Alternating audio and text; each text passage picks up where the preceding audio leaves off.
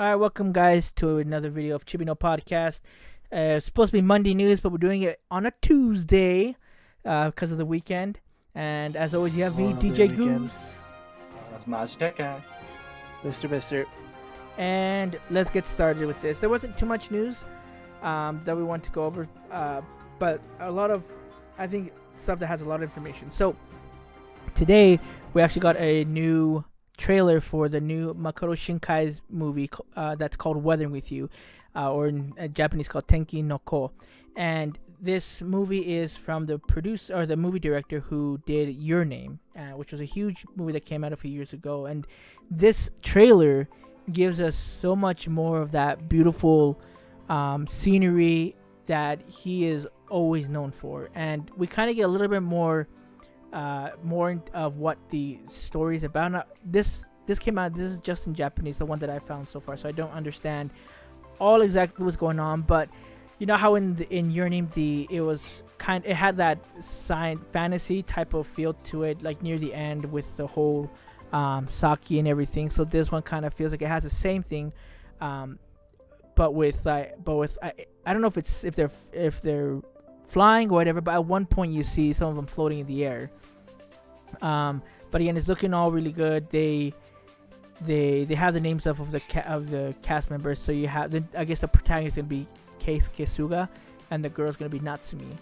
Kind of a bad news on here, not bad news, but I guess not so good news is we're gonna have to wait a little bit like we did last time. So it's gonna come out July 19th in Japan, and it's gonna come out in select theaters for award qualifying runs, which most likely means it's gonna go be in California and some places like that. But an actual full release won't come out till 2020. But that's gonna be both the dub version and the subtitle version. And to give it a synopsis of what the movie's about, it just says the summer of his high school freshman year, Hokuto runs away from his remote island to Tokyo and quickly finds himself pushed to his financial and personal limits. The weather is unusually gloomy and rainy every day, and as if to suggest his future. He lives his days in isolation, but finally finds work as a writer for a mysterious occult magazine. Then one day, Hokuto meets Hina on a busy street corner. This bright and strong-willed girl possesses a strange and wonderful ability, the power to stop the rain and clear the sky. So, my bad. It's Hokuto is the main guy, and then Hina is the main girl. But from what you've seen so far and from the posters, what do you guys think of the movie? Or what do you think? Are you excited for it? Are you like kind of looks the same? What? It kind of looks the same. I'm excited, but I'm not looking for anything shocker. Like, it's probably going to be the same traditional story that Makoto Shinkai is known for. I just think as long as I enjoy the ride, I don't care. But so far, it just looks kind of predictable to me in a sense. But if I enjoy the ride, I'll like it. I'm personally ecstatic. I can't wait. I think the visuals look gorgeous. The story looks very promising. I'm hoping it somehow connects to Your Name in some type of way. Maybe a shared universe. Who knows? I don't care. I just trust that guy with every beans of my body. So I'm super stoked. I can't wait. All right, perfect. Mr. Tell us what's next. So the reviews for Godzilla King of Monsters came out. It's kind of weird because I was looking into this a little bit more. Two big video game companies have done the reviews on it, and one seems to like it more than the other in more than one way. So IGN, this guy named Scott Kalura did the review on this, and basically the bottom line of it, he gave it a 7.8 out of 10, and he said it was good. He's like he liked how a lot of it works, but he says to him there's some things that it's just kind of the plot is kind of needlessly confusing, which I assumed was going to happen anyways, because to me it seemed like from the last Godzilla movie that they had, this is the US released version, it didn't have enough monsters. So this one, from the trailers alone, you're gonna have a ton more monsters. And reading into a little bit of his review, he's saying that the characters needed to be more fleshed out, and there was just not much to understand. Wait, a lot of the things, monsters to be fleshed no out. characters, the main characters, not the monsters. I don't give a shit about them. All I care about is the monsters. Well, but you need to understand how things go about. That's what part of the review as well, which I get. But a lot of the things they're talking about as well is that the monsters, he was saying a lot of them do a lot of screaming and a lot of grunting or whatever it is, and he's like, well, I wish we could understand what's going on. And that's where I'm like, this guy's kind of an idiot.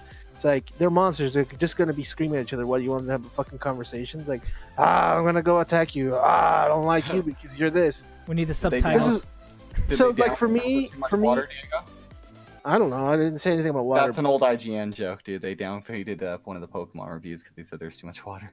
Anyways, just looking at this, just looking at who I want to do some review to look further down on the reviewer, and he's a nerd. He likes his nerdy stuff, but it seems more his realm is like sci-fi space nerdiness, and so I feel like his review is based off of that from what he likes. So I feel like it was a low review in my opinion. Because looking at Kotaku's, they said they liked it a lot more. But I mean, what can you do? Opinions of like the 2 worst gaming sites, dude. Anyways, but yeah, make a polarizing review. So we'll give our review when we watch it this weekend. Yeah. All right, Milas, what's next? Which one are we talking about first here? Pokemon. So, Pokemon news, exciting. Next week on the 5th, we will have a 15-minute direct coming in for Pokemon Sword and Shield. So, I'm super hyped. 15 minutes doesn't sound like a lot of time, but I think that's plenty of time. I think they'll have more to show at E3, obviously. But if I had to say what I'm excited, I like to see more of like the 3 starters, like what their evolutions look like. I'm excited to see that. See a little bit more gameplay and maybe like the link, like how it's going to connect with. I'm sure they'll do like something with like the Pokemon app they'll showcase, and maybe what do you call it, like online connectivity with membership stuff. They'll probably show stuff like that. I don't know. Maybe I think they'll probably give version us of a Switch. I don't know. They'll probably give us the evolutions, the main story, a special Switch bundle, and the release date. That's my assumption on all of that. In the 20 minutes that they're giving us, that's most likely what they're going to do. I'm excited either way. I'm excited to see what they're going to do with this. Yeah, it looks interesting. The hardcore game on the Switch. I'm so excited for it because we've always had this, right? Yeah, we've had it on the Game Boys for the longest time. The only other time we've kind of had it on the big screen would be if you remember the Super Nintendo had a little adapter where you can put the Game Boy game in it and then play it on the TV, and that's how I used to play the original Pokemon or Red and Blue on the big screen because I could use that little adapter thing from the Super Nintendo. I don't know if you remember that, Mr. or not, but that thing's cool. It was dope. I think also Gale of Darkness, right? Yeah, that was GameCube. Yeah, but I don't think it was a traditional Pokemon though. No, it wasn't. But it had traditional elements. So like to have like that console experience full on, but then we also get portable. I mean, how does it's almost like the Switch was made for this. You know what I mean? Yeah. So I'm excited I'm excited for E3. June 11th is when they're gonna have their Nintendo Direct, which I'm assuming is gonna be like 40 minutes to an hour, maybe more. And then they're gonna have their Treehouse Live afterwards. So I'm excited for what Nintendo's gonna bring for us, and we'll talk about what we're predicting for E3 probably later on this week, and let you guys know. Before we finish, we do want to talk about the new game that came out, Splitgate. That's on Steam. That's free to play, and kind of give our 2 cents on it because people, when Mr. first heard about it, he was way hyped. He's like, "This is like Halo but with Portal." And so let's talk about it. What's your overall impression about Splitgate so far? I like it a lot. I do feel like there needs to be quite a bit of touch-ups in the game.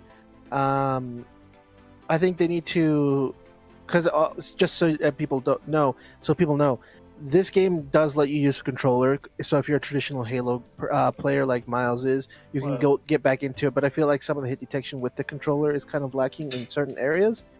The piece, like the mouse and keyboard, seems to be quite solid actually. Because when I first started playing it, I switched from mouse and keyboard to controller, and then I switched to mouse and keyboard back, and it felt really well in my hands with the mouse and keyboard. Like my brother has been saying, I had been following this since it first got announced, it was some other name, and it was kind of ugly and really shitty looking. There are certain things that do need to change. I feel like with like just matchmaking, and then I guess what's the word, vaulting or grappling or whatever it's called. You know what I'm talking about? Where you're like at the edge and you can like grab on. Oh, clamping. Yeah, clamping. I think clamping needs to be incorporated into the game. But that's pretty much it. Overall, I've been liking the game. I give it, for what it is right now, it's 8 or 7.9. Okay. My review. I before I give Miles his turn, because I think he probably can tell you more ins and outs of it, because he's played Halo so much, and he can kind of tell you if it's for you or not. But for me, it's to me, it's felt I've never felt so uncomfortable playing it on both keyboard and a controller. And it's just funny because like I've played other shooters, like Quake is like a really twitchy shooter. I've played Overwatch and Apex on the computer, but this one just didn't feel, it just felt out of place for me, and it still takes me a while, me personally, to get into the groove of which one. I've been switching between controller and keyboard controller, just trying to find like, yeah, this is like where I feel most comfortable. Happy medium. Yeah, and I'm still trying to find that. But kind of like what Mr. said, I think the what are they called, the portals. I think some of the level designs are very basic, but there's a lot of exploitive stuff in some of the levels that it doesn't make it fun. It makes it so if one team gets it, then the other team basically has no chance. I don't know the names of them, but there's like one where there's a place where you can do a portal that's way below the level, and if you get that and hit some other place, like literally you can just keep going and going and going and going and going and going. And some of them are really good at hiding it, so that you can't use your little grenade thing to close the portal. Or quick enough effectively to get rid of it, right? Yeah, and so there's a lot of things that you can exploit in the game, which sometimes doesn't make it as fun as it should be. But again, it does, to me, it does feel reminiscent of Halo. Even like when I hear like the double kill, he doesn't sound like the same guy, but like I expected to hear like the guy double kill, triple kill, It's Kilimanjaro. Whereas like, Halo 1 is like a over emotional old white guy who's trying to sound young. but Double kill. But like I said, for me, it's taken a little while to get used to it. I am enjoying it. I will be honest, I do get frustrated with it because I want to feel like I have my controllers, my controls and everything down, but at this point I'm just not there. But I am having fun with it.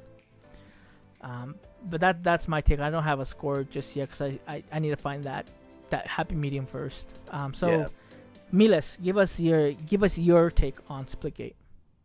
I have some mixed feelings about it. I really like it. It's a lot of fun. I've been needing that Halo itch for a while now, since 343 has not been the best support for Halo 5.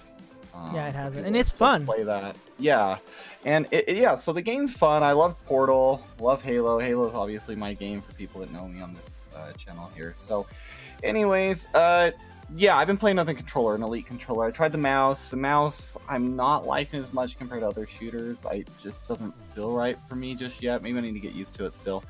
As for the controller, it just feels really good to me. It's not the full auto aim like the console experience. I think, just in all fairness, against mouse people, it'd be unfair to have the full auto aim. So it feels like a good medium for me. I've been getting used to it.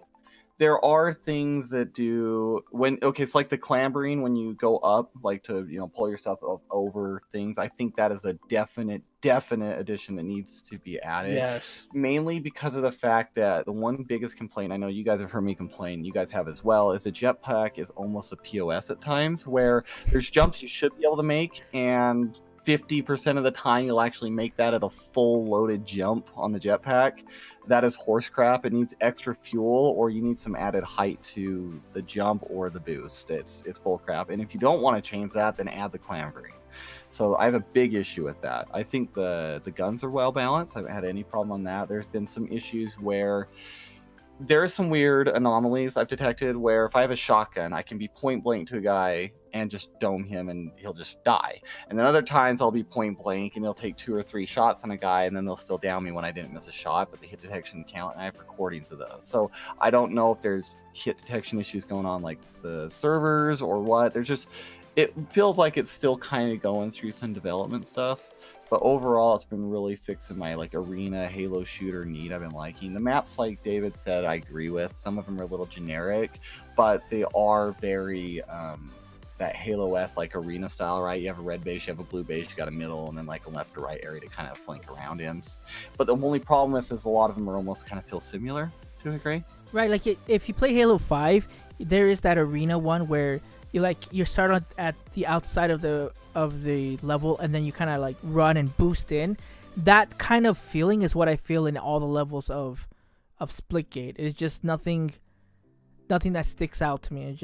It's either it is like one that has like a little tower, like an actual middle section. But other than that, like I couldn't tell you anything that specifically like wows me or like, oh, this part's cool. The design on this level was awesome. It just doesn't come to my mind at all. You might be thinking of that map Coliseum, where there's like a sniper on the top left and a rocket on the right. Yeah, a lot of the maps feel very similar to that. Like there's that bottom ground, but then you can tell the top middle. A lot of the maps are almost like identical to just that and never ends. Yeah. So I get you. So if I had to give it a review right now, I'd probably give it a 7. But playing with your friends and having a blast, just killing some baddies, old school Halo style with some cool innovation with Portal, it's a really fun time for free to play. It's really fun. Yeah, I think in the free to play area, it's a really good game. Since you're not putting too much, you're not investing your money, you're investing your time. And the good thing about that is you can give your feedback to the developers. I'm on their Discord, so I gave them some feedback yesterday about what should happen, and they really enjoyed it. They're like, "Thank you, we'll look into this. We'll see what we can do." Get that clambering in there for him, dude. Yeah, I didn't know the word, so I couldn't tell them about clambering. I was like, "Yeah, you should." I didn't remember the word, but yeah, like I think it's a good game. I think it's going well where it's starting off. I think they had to release the game because if they didn't, it probably would never have come out. So I'm glad they released it now, even though I feel like we've all discussed, it doesn't feel finished in certain areas, but it rather now or never, so I'm okay with it. All right. Well, that's it for our news today. Let us know what you guys thought of Splitgate, and if you have anything you want us to discuss, let us know. We'll probably have a video out about Splitgate, more in detail review once we've had more time with it. So look up for that, and then our E3 video. So thanks so much for watching today. This is David the Smash Fan. Maju Tech Guy. Mr. And this is Chibi no Podcast.